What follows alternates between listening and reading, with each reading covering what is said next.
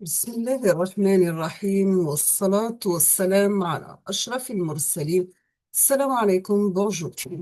Aujourd'hui, on va voir ensemble le deuxième cours, toujours le module e-commerce. On va commencer par définition de e-business. Le e-business, c'est electronic business, parfois traduit en affaires électroniques correspondant à une notion très vaste qu'on l'on pourrait synthétiser par l'utilisation de moyens électroniques pour réaliser des affaires. On passe maintenant définition de e-commerce. Le e-commerce, c'est l'ensemble des relations dématérialisées que les agents économiques ont en- les uns envers les autres. L'ensemble des échanges numérisés liés à des activités commerciales qui prendraient en considération des personnes, des organismes, des produits et des modes de transmission. On passe maintenant à l'explication de définition. Donc, c'est une couverture de toute la panoplie des transactions dématérialisées, qu'elles que soient réalisées par le Minitel, l'Internet ou bien l'EDI. Les nouveaux moyens de paiement tels que les porte-monnaies électroniques ou bien virtuelles, les porte-jetons, les chèques électroniques ou virtuels et les monnaies numérisées. Pourquoi e-commerce? Bien sûr, grâce au fait qu'une boutique en ligne est ouverte 24 sur 24 tous les jours de l'année, le e-commerce électronique devient un outil de vente plus important aux yeux des entreprises modernes. Bien sûr, les sites de vente en ligne possèdent des systèmes de paiement de plus en plus sécurisés et de plus en plus contraints à une plus grande transparence quant à la non-diffusion des informations personnelles de leurs clients. Le prix est plus attractif sur Internet car les frais de fonctionnement sont moindres, pas d'employés pour votre showroom, etc. La comparaison des prix de chacun des marchands peut se faire très rapidement par le biais de comparateurs de prix. Bien sûr, les délais de livraison proposés sont très courts, 48 heures au maximum.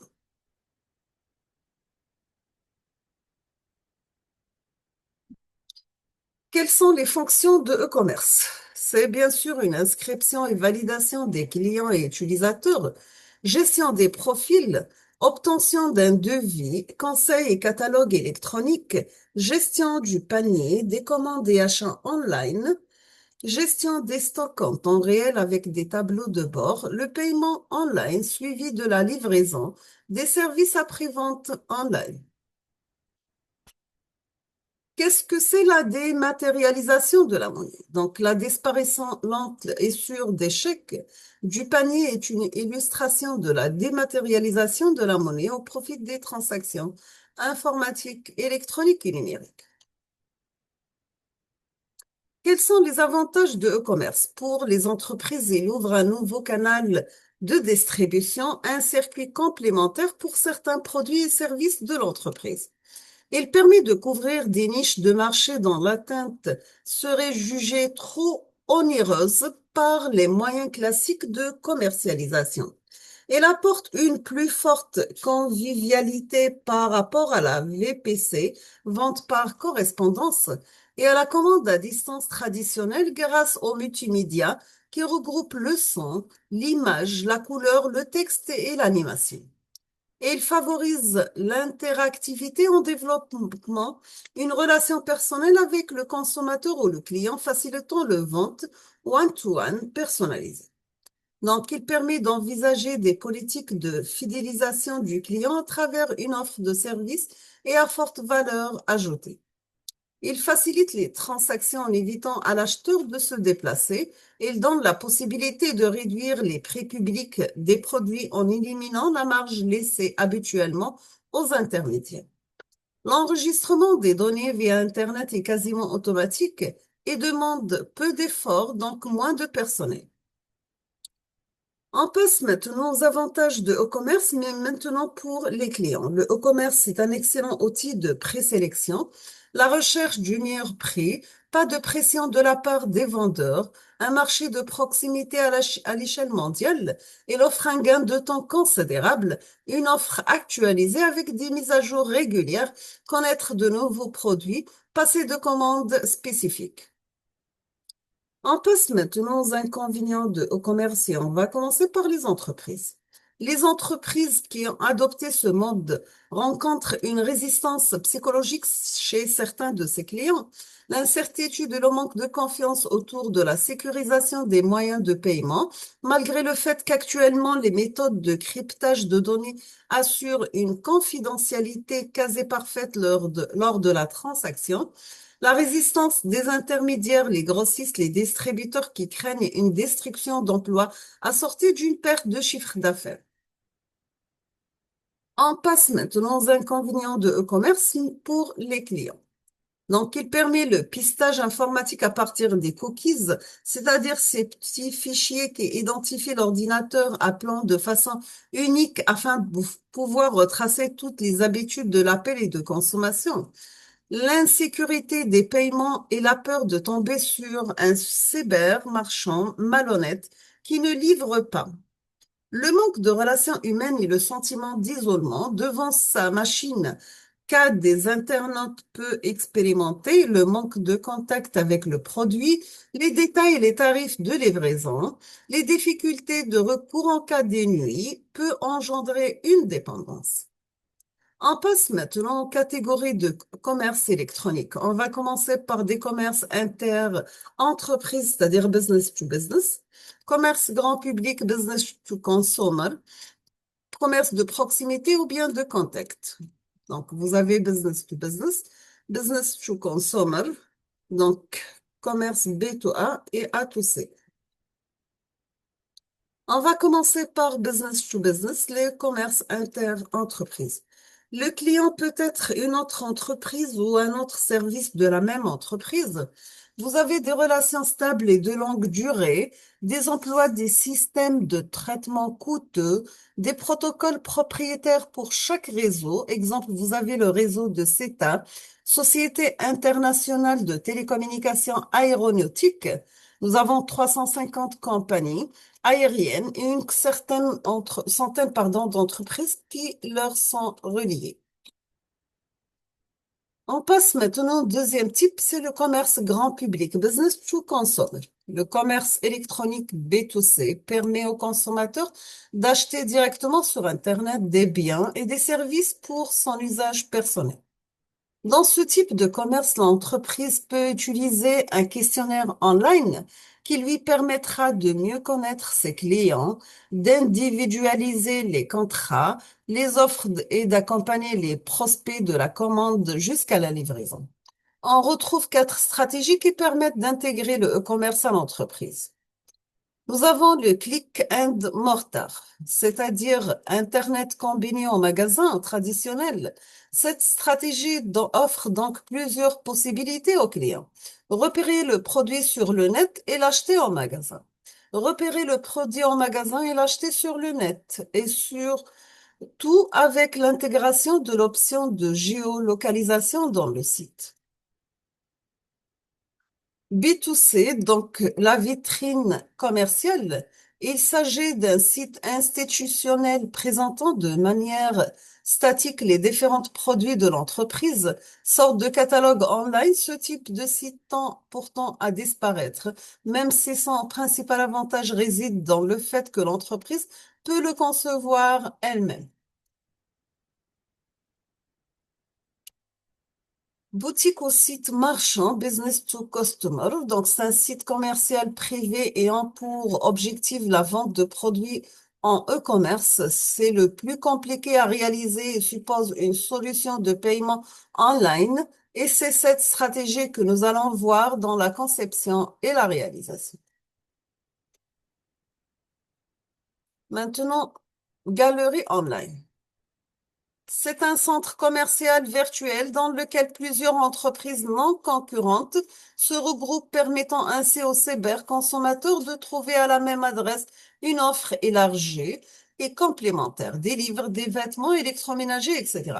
Cette solution permet aux entreprises de réduire les frais d'accès au réseau et de bénéficier d'une importante zone de chalandise pour une somme raisonnable. Le commerce de proximité ou bien de contact. Un face-à-face entre l'acheteur et le vendeur dans les centres d'achat. Cette catégorie peut aussi inclure les échanges de particulier à particulier. Les cartes prépayées interviennent dans le commerce électronique grand public et surtout dans le commerce de proximité.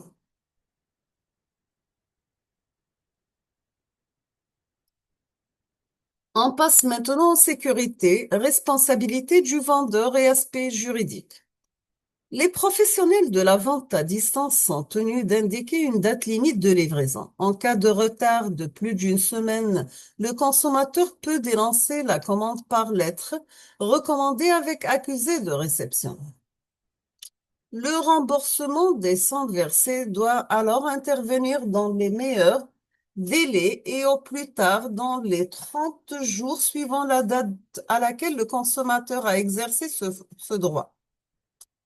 Deuxièmement, nous avons l'État français met en place depuis 2008 de nombreuses règles légales pour une part limitée d'affluence de sites piratés et d'autre part mettre en place un prélèvement fiscal sur les entreprises qui doivent donc se déclarer. Quelles sont les technologies informatiques appliquées au commerce électronique? La qualité de l'accès au réseau de télécommunications, la largeur de la bande passante, la disponibilité.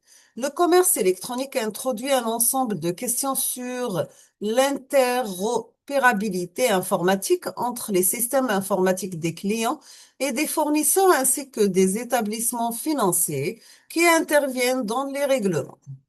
L'interopérabilité informatique repose de plus en plus sur l'emploi de métadonnées dans la plupart des composants informatiques. On trouve le langage XML, base de données, progiciels de gestion intégrés qui peuvent être couplés au commerce pour une synchronisation en temps réel, informatique décisionnelle et hypercube, le OLAP, etc. Quelles sont les technologies de demain?